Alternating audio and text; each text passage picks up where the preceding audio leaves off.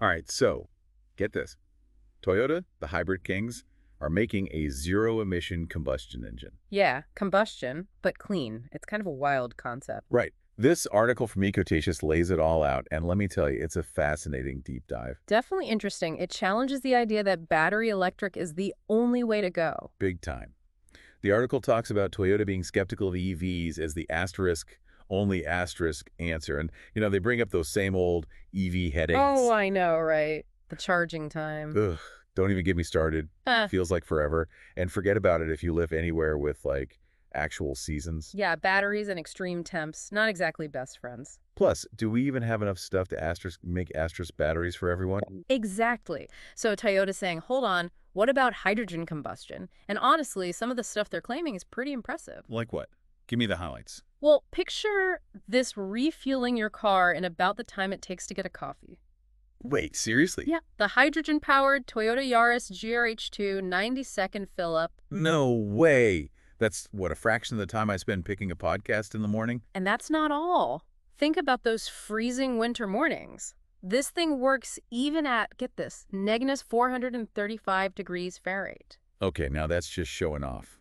But seriously, that's incredible. No more worrying about your car dying in the cold. And then there's the whole resource scarcity thing. Oh, right. I've heard about that. Batteries need lithium, nickel, all those finite resources, ethically questionable sourcing, geopolitical nightmare. Yeah, not great. Hydrogen relies on elements we've got in abundance, potentially a much more sustainable supply chain. Okay, so faster refueling, laughs in the face of blizzards, easier on the planet.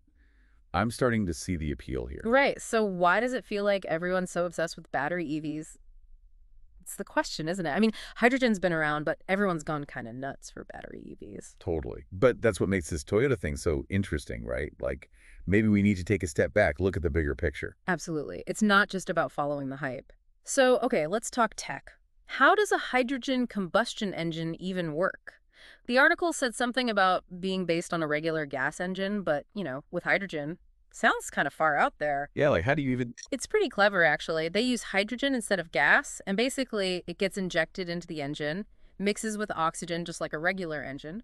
But the big difference, the byproduct, Okay, I'll listen. instead of all that nasty CO2, you get water vapor. So you're telling me it's like clean driving, but with that familiar feel. Pretty much. They're taking existing tech and giving it an eco-friendly twist. I like it. But I do remember hearing about hydrogen engines having some issues. Something about crazy high temperatures. Doesn't that mess with the engine, long term? Ah, you're thinking about the durability issue. Yeah, that was a hurdle.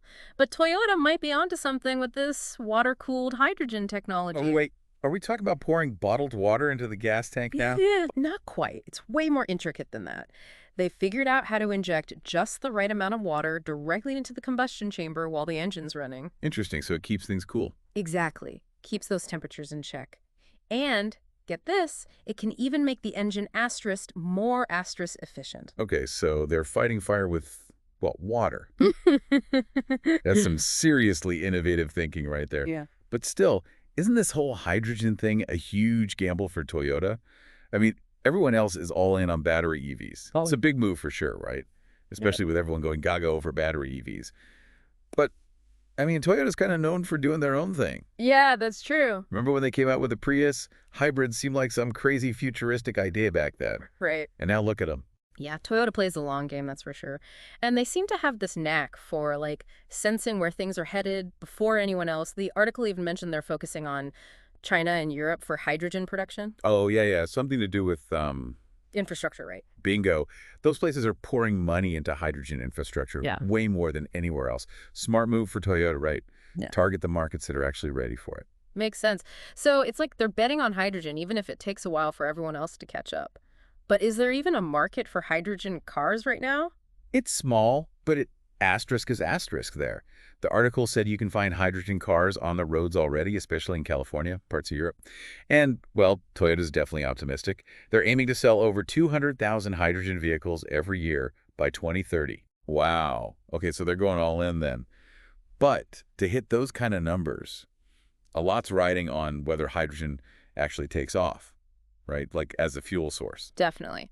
For Toyota to really win this gamble, they need everyone on board, drivers, sure, but also governments, All right, industries. got to be a team effort. Exactly. To make hydrogen a real contender, it needs to be part of a bigger strategy to, actually tackle climate change. So where does that leave us? We've taken a deep dive into Toyota's hydrogen surprise, the benefits, the tech, the challenges. Could this be the curveball that changes everything about how we get around? Or is it just a pit stop on the road to an all-electric future? Either way, it's got people talking. That's all the time we have for this deep dive. Until next time, keep those engines running.